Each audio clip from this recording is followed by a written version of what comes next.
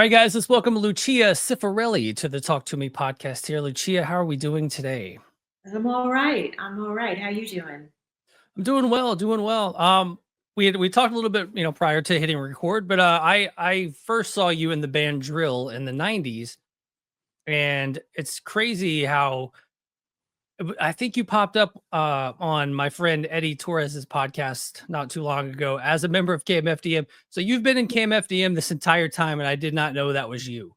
But I still remember you as the girl from Drill. And I've over the years, I'll be randomly going, "That was a cool band. I wonder whatever happened to those guys." Yeah, that's a long story. A lot of things happened, but it's not an unusual story of just major label restructuring and not selling enough records and ultimately getting dropped and then splitting up. So, it was a sad time because I Hmm. love the band so much, but hey, I was able to segue into MDFMK and then KMFDM. So it worked out pretty well for me. Yeah, that's amazing. I did want to thank you because actually, by you guys opening for Marilyn Manson on the Antichrist Superstar tour, I got to see Marilyn Manson on the Antichrist Superstar tour because at the time I was not a Manson fan. I had seen him. Well, no, I'd actually never seen him because the first time he would have came through Nashville, I wasn't old enough, and they were very strict on his show about being 18 and over Oh, for the club show. oh Um, yeah. They had so cricketers out there. Every y- show there were, you know, diehard Catholics with their signs trying to prevent people from getting into the show. And yeah, from they did going our to hell, no pun intended. yes, right. But yeah, you popped up as the opener at the Nashville date at the Municipal Auditorium, and we were like, "Oh, we got to go now because Drill's playing." And it was one of those deals where we say, "All right, we'll stick around for a couple of songs to Manson. If it's cool, we'll stay." Obviously, we stayed for the whole show because I mean, that was like the peak of his, the snow coming down and the podium. I mean, it was a fantastic show. It was visually stunning. Yeah. I agree. I jaw-droppingly impressed. I really was. And, Marilyn, I didn't have too many interactions with him, but he went out of his way to introduce himself when we got on the tour, brought me a lovely bottle of wine, and he was super cool to me. I heard a lot of crazy stories about him, but the experience I had on that tour was really great.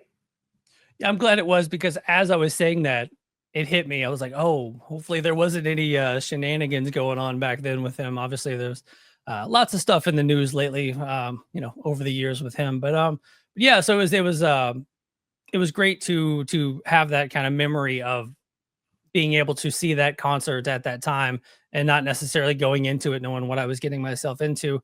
Um, you're here to promote your solo record, but I do want to kind of just do a little bit of a chronological order with yourself and with Drill being kind of a band that I still, throw on occasionally, which is not on streaming. I did find that out recently. Like it's not on I didn't find it on Spotify, but it's on YouTube, so I kind of had to listen to it that way.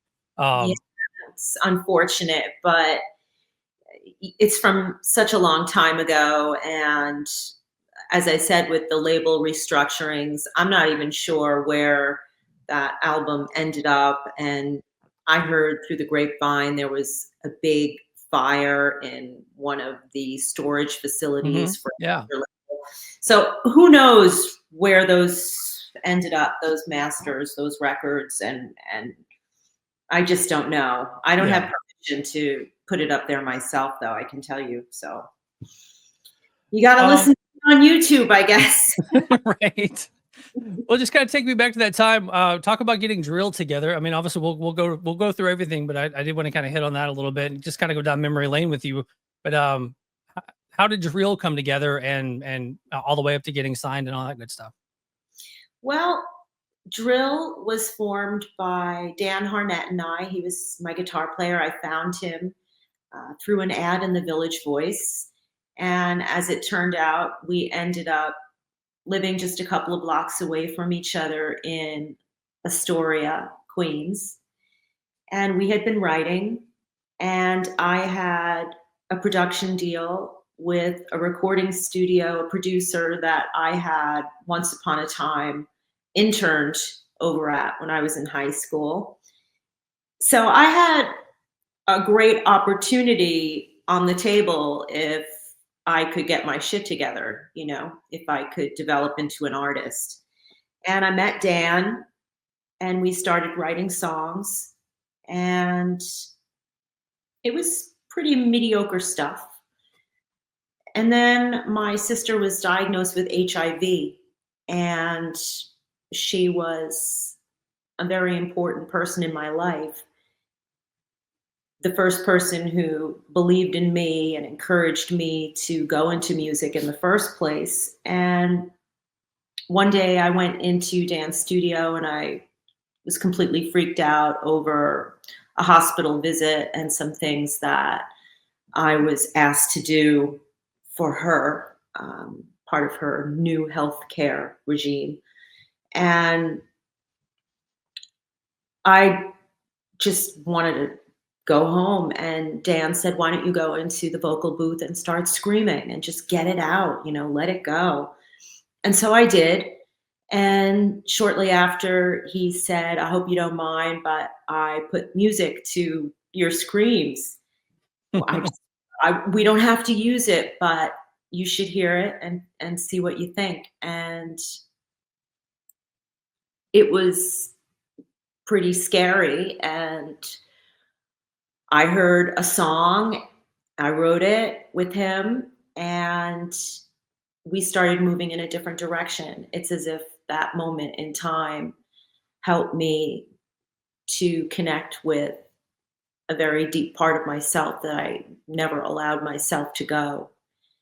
And after writing, I don't know if it was 1 or 2 years or longer, so far back, um, we started playing these songs for the production company and they loved them. So we went into the studio and started recording them for real. Then A&M got a hold of it through the production company and they signed us. We started playing shows. We went on tour with Stabbing Westward. We did a show or two with God Lives Underwater. We played a couple of shows with the MC5 and Gang of Four, the Genitortures, then Marilyn Manson. And we had an opportunity to make a second record after that. It was a different time, if you remember. Oh, yeah. There was much more artist development, and there wasn't any social media at that point. So it was truly grassroots, going out on the road and really just paying your dues. So we started working on a second record. We did some recording in London that didn't work out. And then we ended up working with a producer in California named James Jimbo Barton. We finished the record. And then this whole big record company consolidation happened. I'm not sure if you remember, but A&M absorbed into Interscope, and I don't even remember all the labels that got folded in. But when they started crunching the numbers and ours didn't add up, we got dropped. And it was a perfect storm. We got dropped from the label, and I had some personal things going on, and then the band split up and went in different directions. And that was that. So that was the end of Drill, which was a heartbreaking time because it was a band that I started essentially. And it was my baby. But then I was kind of trying to assess what to do next. But I kind of lost everything at that point, my publishing deal, my record label, and I was kind of just roadkill.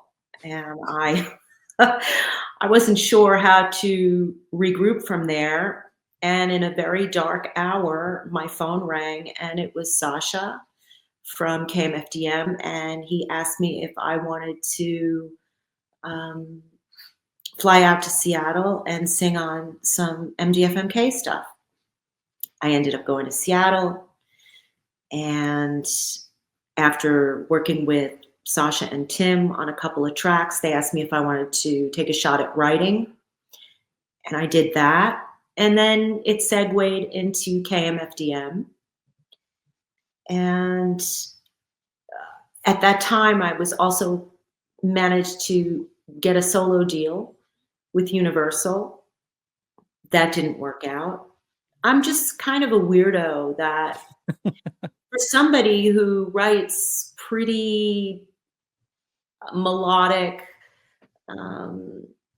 songs that are easy to grasp, my sound has never really fit a particular point in time. I mean, with drill, yeah, it did. We went on tour with Marilyn, and that was a time when Nine Inch Nails was out, and the style was definitely right with the times. But my solo album, I was inspired by people like Peter Gabriel and Kate Bush, and I wanted to write big pop songs.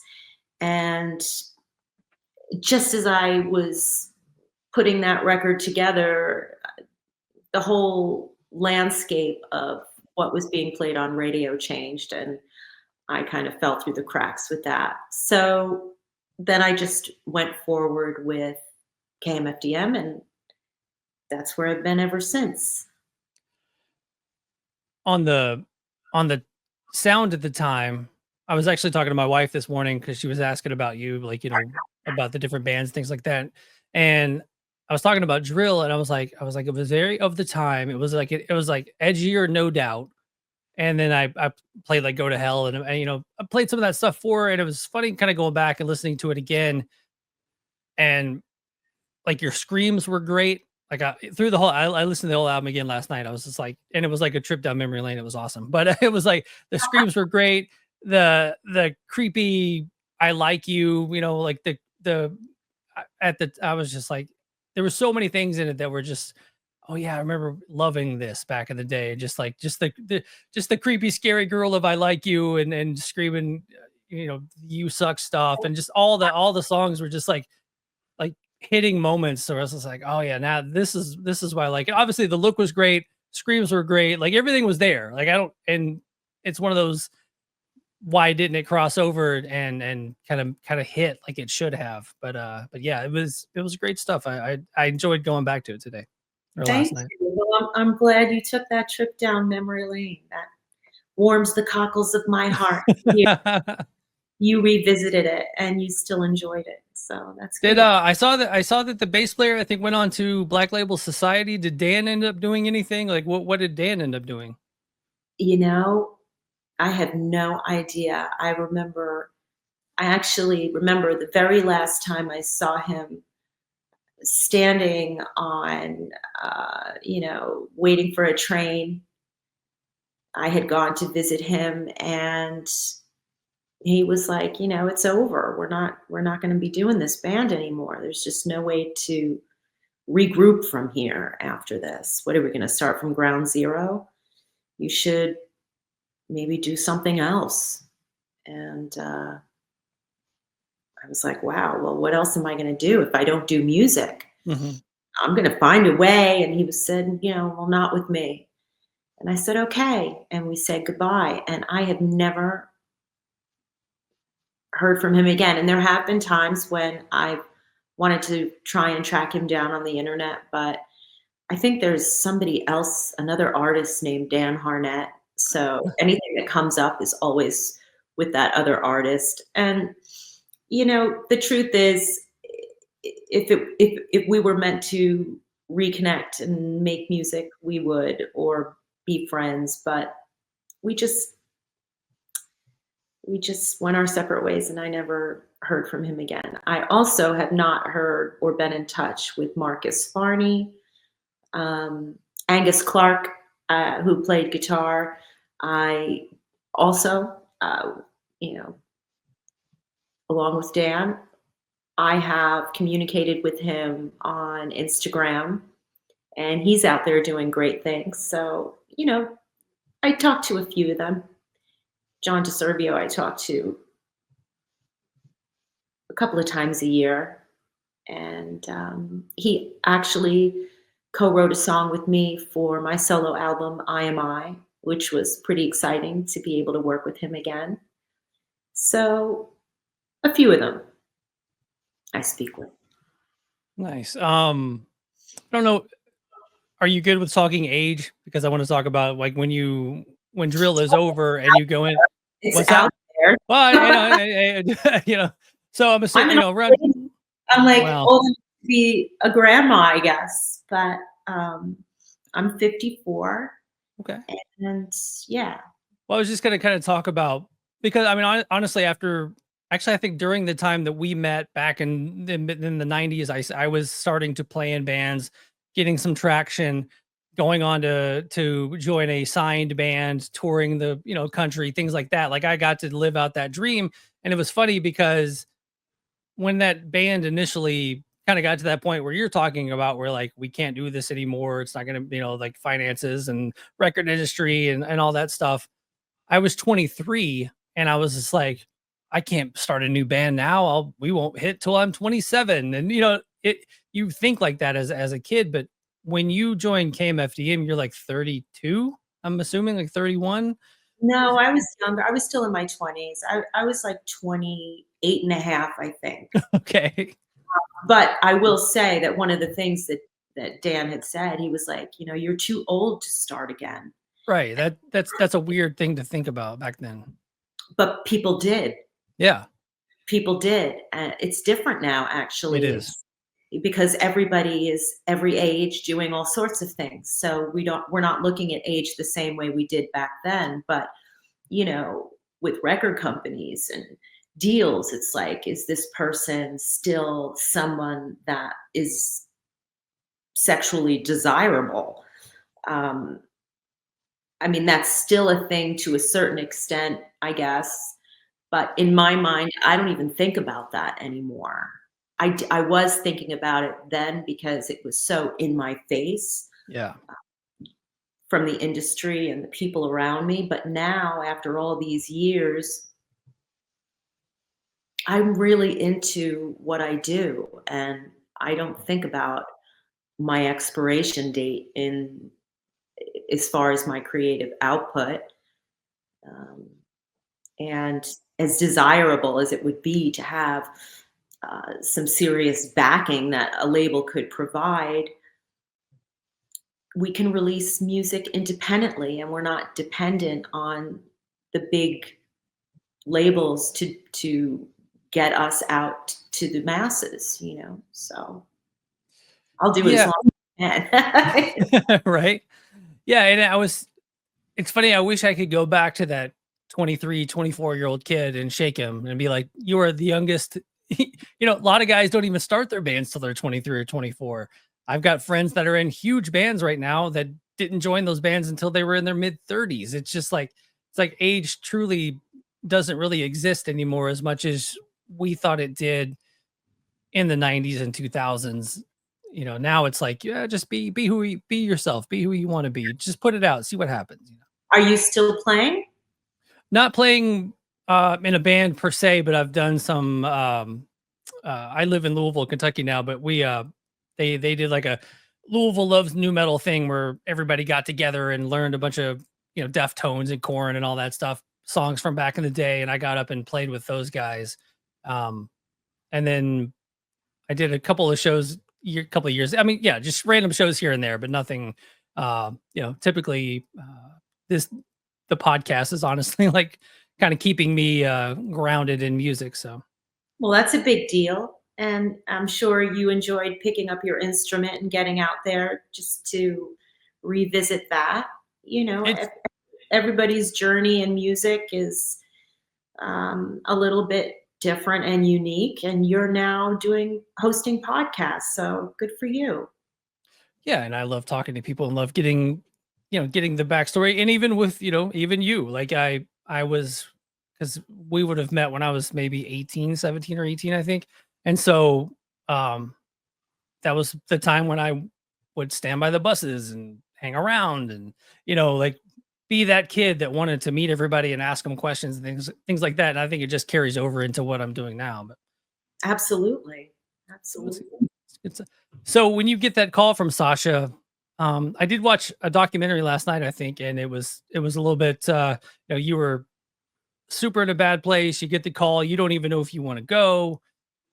You finally do end up going. It was a bad, bad time. It was, like I said earlier, a perfect storm in my life where everything just, yeah, dominoes, everything just went down. I didn't even know if I wanted to live anymore. I remember a friend of mine saying, how much cash do you have in your pocket? And I said, why? And she said, because I know a doctor that you can see that can prescribe you some medication to get out of bed so that you can function. I'm worried about you. Because my sister had died not long before, I was still dealing with the reality of that.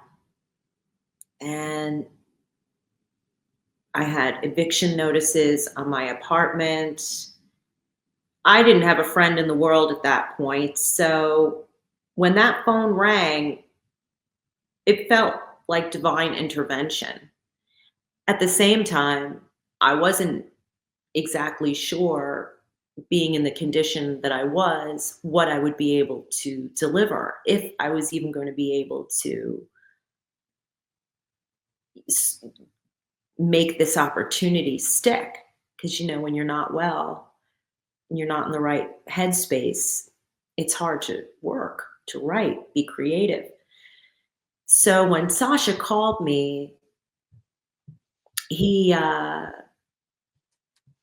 he sent me some things to write to, and I knew that I needed to deliver something extraordinary so that I could hold on to this opportunity. And the first song I co-wrote with them was Rabble Rouser, and they heard it and they loved it. And then I ended up in Seattle, and I immediately blew up a $5,000 mic because I was so nervous. And I was so nervous and so weak, and truly, I was skinny. I think I showed up in pajamas, and then I just opened my mouth, and the floodgates of everything that I had going on inside me just blew right out of me through the mic. And they were pretty happy with the result. I don't think they were happy that I blew up the microphone, but I got the job. Hey, it makes for a good story. There's Yeah. something in there too, talking about, the band ending and sitting in an apartment alone, and I don't know if this is you, but for me, for a long time, I was always, Toomey from the band. I was always my identity was so wrapped up in being in a band that when I wasn't in a band, you're like, well, who am I? You're like, what am I doing? Like, why am I here? You get that a lot with like football players. Like they talk about like once they retire, they're no longer the guy on the team. They're just a singular person out there in the world trying to figure out who they are. And Yes. and then you're also dealing with the band didn't work out, the label didn't work out, the label didn't want you. You have so much of your person wrapped into being that person from the band. Um Well, it can it definitely take a toll. it has. It certainly has. But you ask yourself, or at least I've asked myself over the years, questions like, why didn't any of it stick? Why hasn't any of it stuck? Was I good enough? Am I good enough? It, sometimes we're irrational when we're talking to ourselves in our head. And we have to, we have to individually reevaluate what success is. And I love what I do. I have an enormous amount of gratitude for the opportunity to be in MDFMK, then move on to KMFDM and make a few solo albums in between. The success part of the story is that I have never abandoned my creativity, what I love to do. And it is such a huge part of who I am. And as you mentioned, with football players who have to um, release the persona, the identity of what it means to be that, and segue into something else on a much smaller level, I certainly grapple with that when I imagine what would my life be like if I wasn't making music, because it's not really a persona for me. It's a part of who I am, what gets me up in the morning, what makes me feel alive. Yeah. So what would it mean if I didn't do it anymore? I don't know. It would be like pulling out the plug from an electrical socket. I would probably be very unhappy. And I don't know what I would do with that aspect of myself, because it's the one thing that I do pretty damn well, even if it hasn't been reflected in my bank account or in my Right. in my social followers. It's something that I feel that I was made for. So I don't know what else I would do. Yeah, it's definitely a tough thing because now you can obviously see numbers. Like numbers are out there, so it's like you can see what you're doing, and then you can kind of see like people that you might compare yourself to, and you're like, That's how I am with the podcast. I know what my numbers are. I can see what other people's numbers are. And you're like, I'm really good at this. Why am I not, Well, doing better? Or, that whole thing. there needs to be, there's a lot of moving parts to what Mhm. makes something successful. And the truth is I've been so focused on the creative side and not on the administrative side, and learning all the tricks to manipulate the algorithms and inflate Right. views and do all these, or hire the people to do all of the. I'm only one person, so there's only so much I can do, and I just I don't know. I'm gonna try and push my record forward the best that I can, but I'm certainly not the most qualified person to be doing that.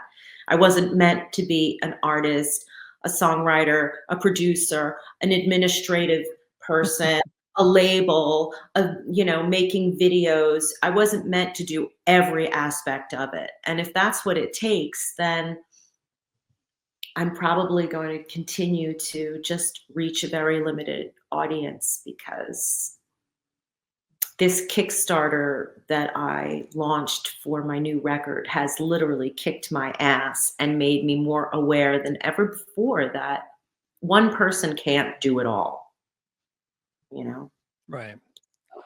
Yeah, there's someone who was quoted recently as saying, I got into music to be a musician, not to try to trick an algorithm. And it's such a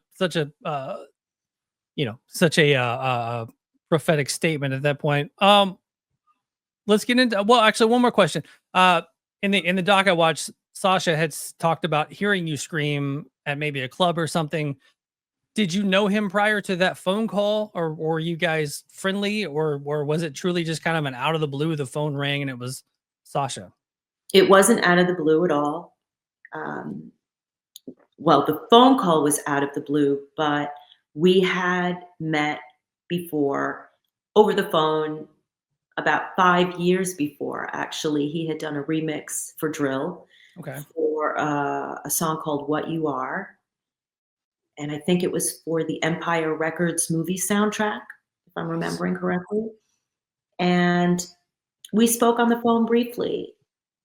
I guess when he was looking for a female vocalist, for MDFMK. He remembered me. He had also said that he saw me perform with Sister Machine Gun, who he Okay. was working with. They were a Wax Trax label, and I believe Sasha was the publisher for them at the time. So he was out in Seattle, and when we played the show, and he saw us, and he remembered me. And it's funny how life works. It's Seeds get planted, and then over time, you never know how they're gonna grow. But that one did. Heck, not just musically, but he ended up becoming my husband. He's the father of my only child. it all So, works out. you know, I got the whole package there. Yeah. Got the husband, got the kid, got the band, living in Germany now. Yes. Yes. For a long How was living in Germany as a born and bred American? I think it was harder on me than it would have been on a lot of my friends who had always imagined living in Europe. I actually never imagined living in Europe. I'm a pretty all American girl from New York, and I love my language. I love the food.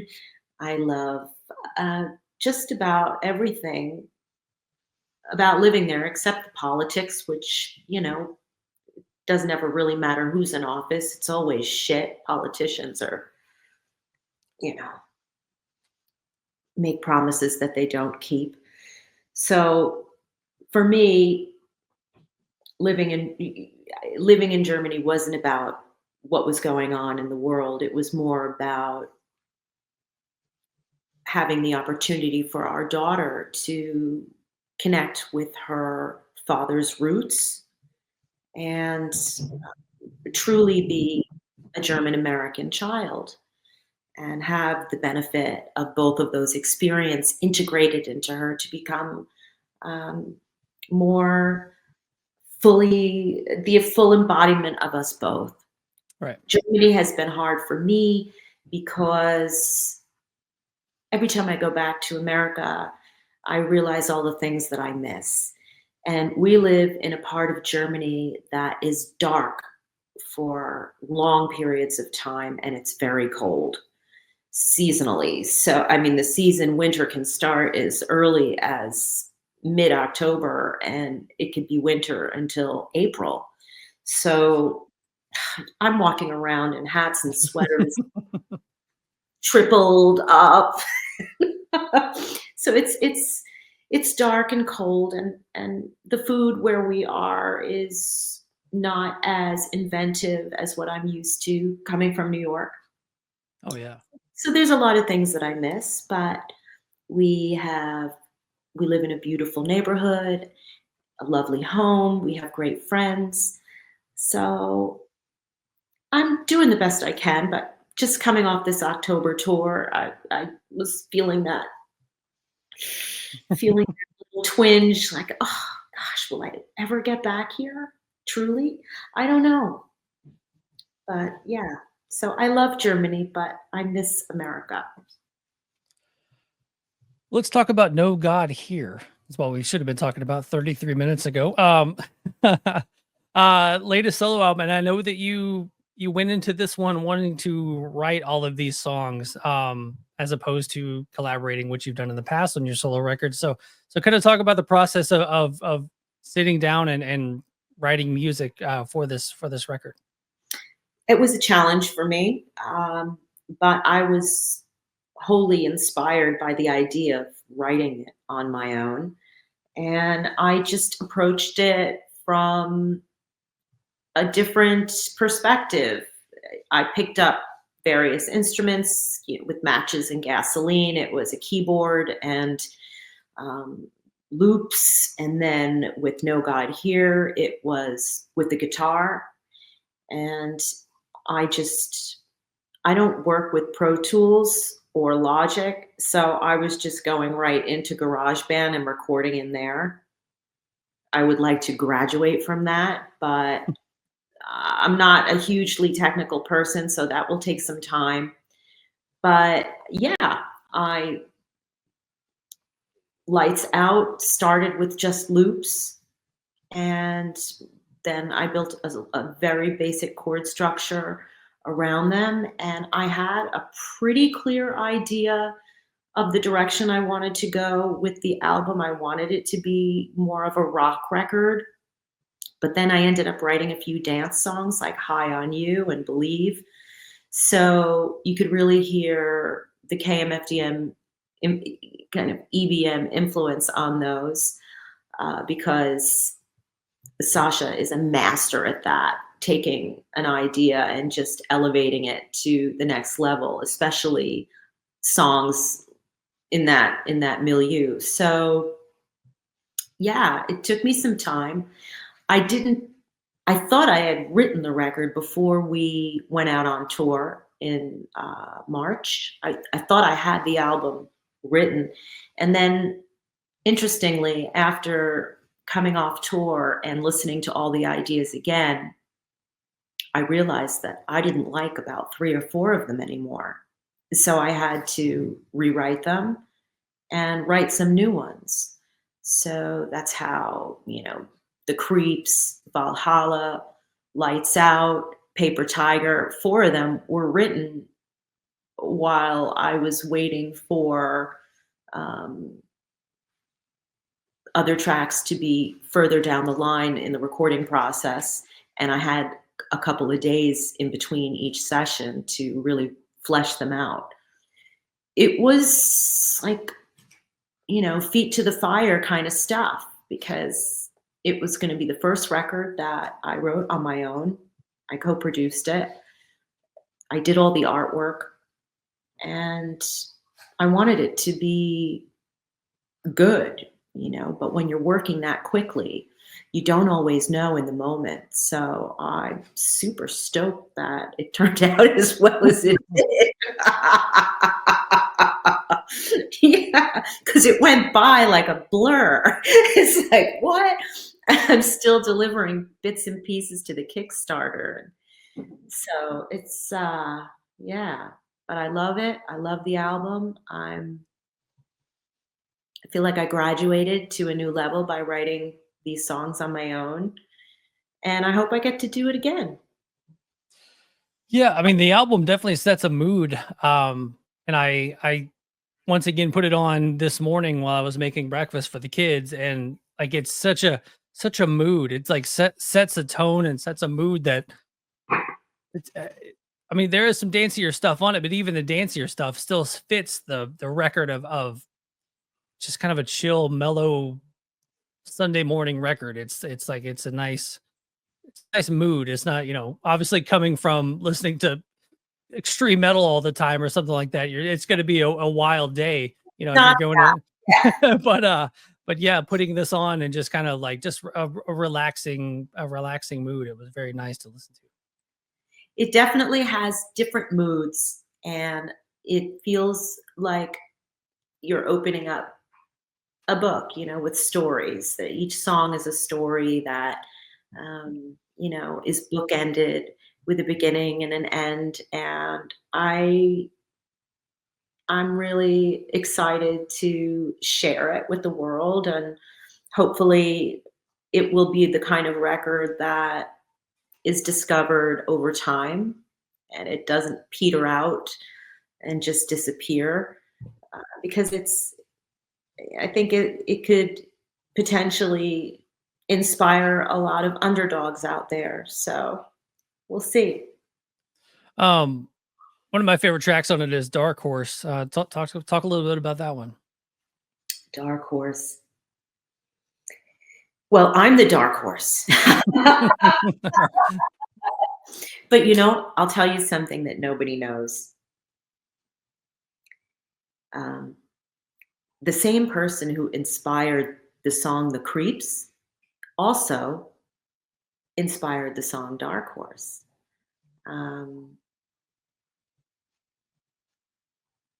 Both of those songs are really, really cool.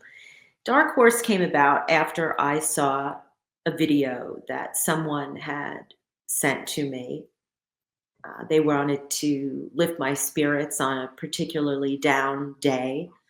And it was the story of a horse that whose name might have been Lucky Strike.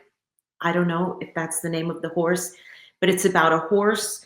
The video was about a horse that nobody believed in, was kind of put out to pasture, and loved by his groomer and the folks that owned him, but there wasn't any great expectations for this horse.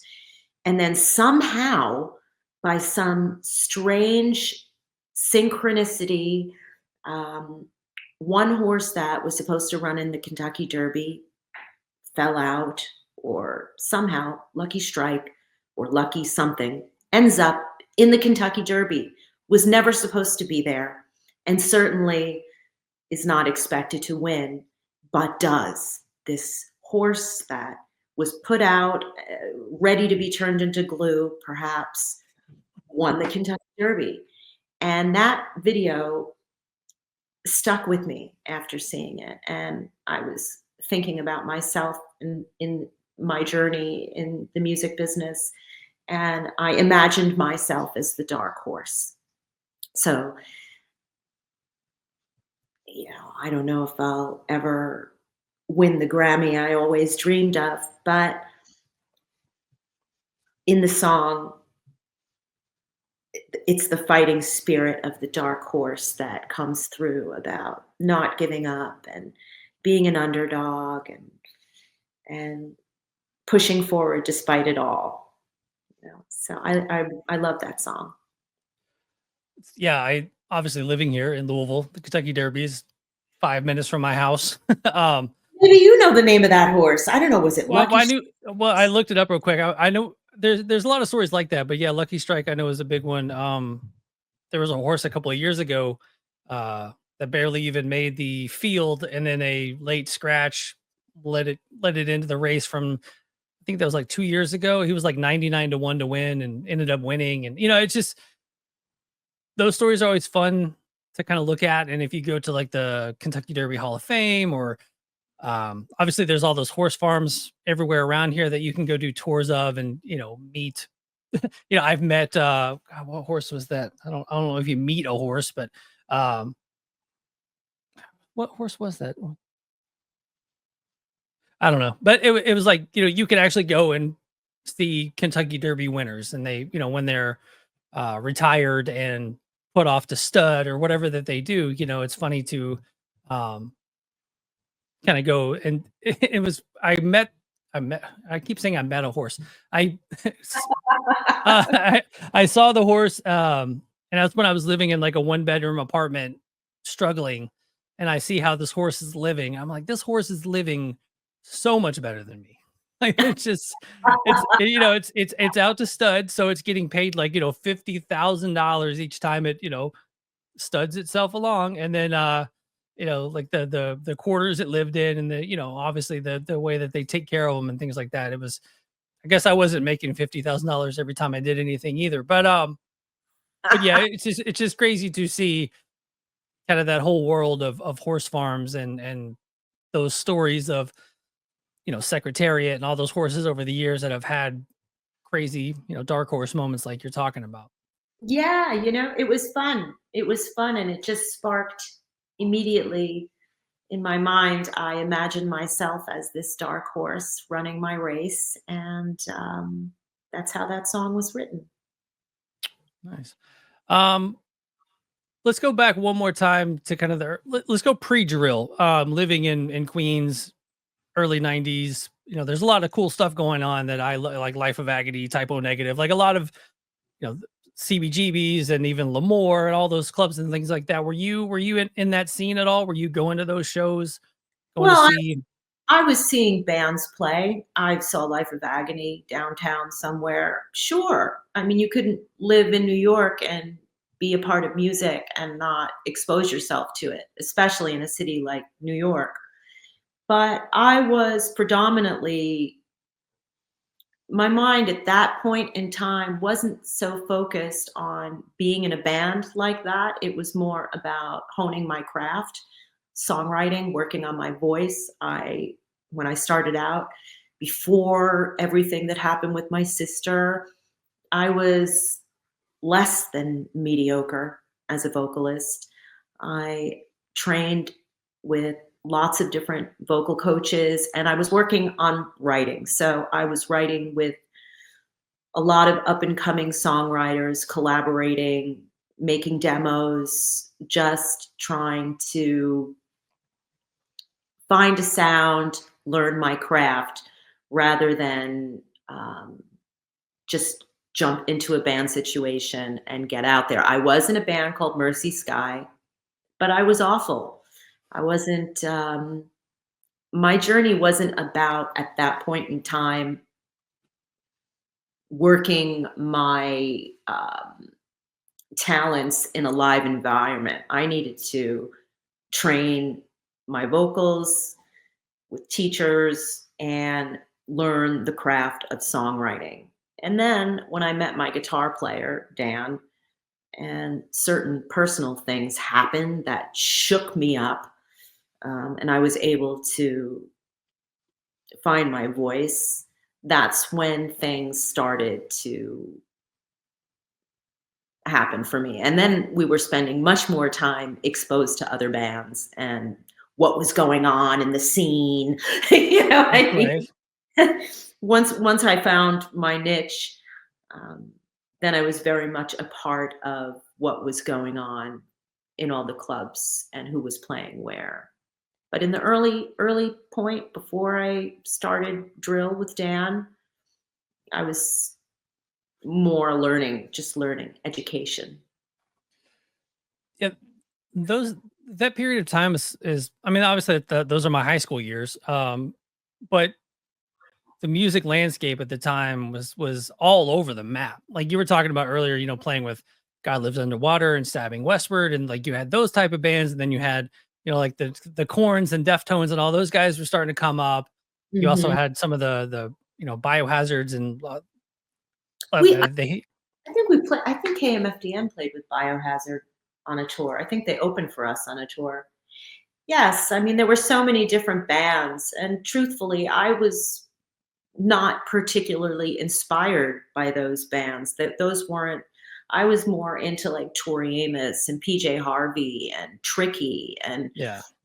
Sisters of Mercy and Depeche Mode, and, um, so, you know, the metal scene,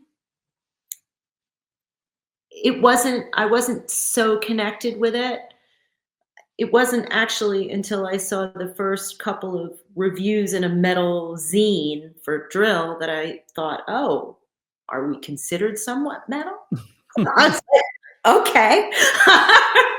And then when I got into KMFDM and some of the material they gave me what to work with was very metal, I had to wrap my head around that because in the beginning, I was writing obscure pop songs, and I was inspired by the sounds that were coming out of London. So it was a little different. The wife and I went and saw Tori Amos recently, and she still got it.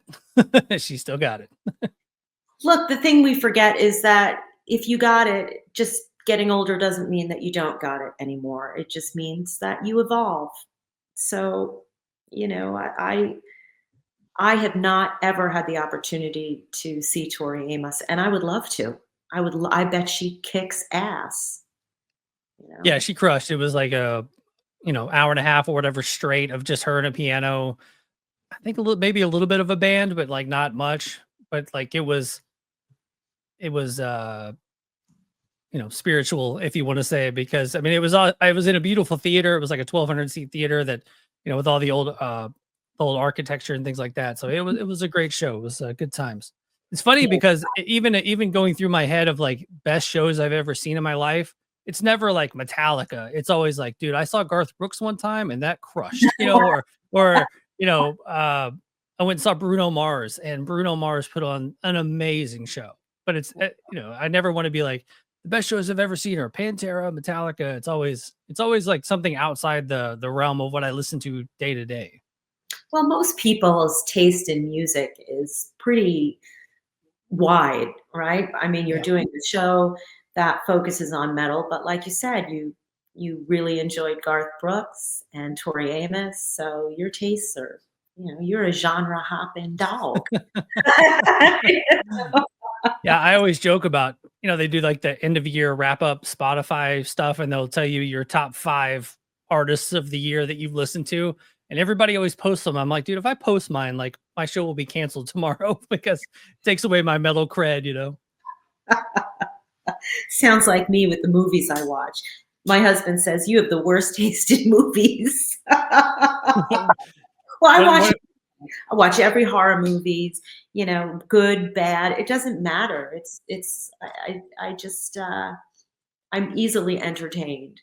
Not so much with music. With music, I'm very particular, but when it comes to movies and Netflix, I've seen like everything.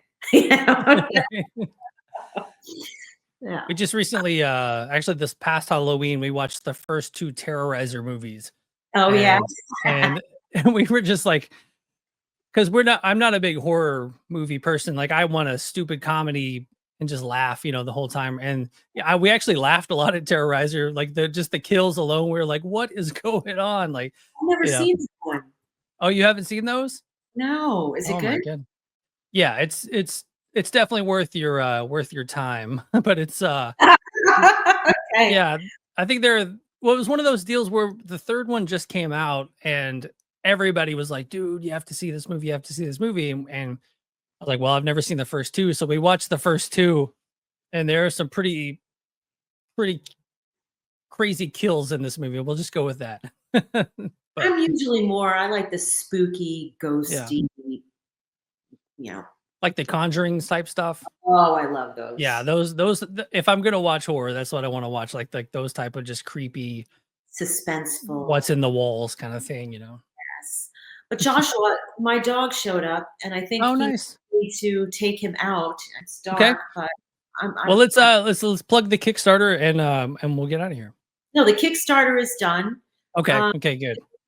Go to whatever music digital platform you can, and play No God Here. And if you're interested in buying the actual physical product, you can go to the official KMFDM store and you can find it there. The information is out there.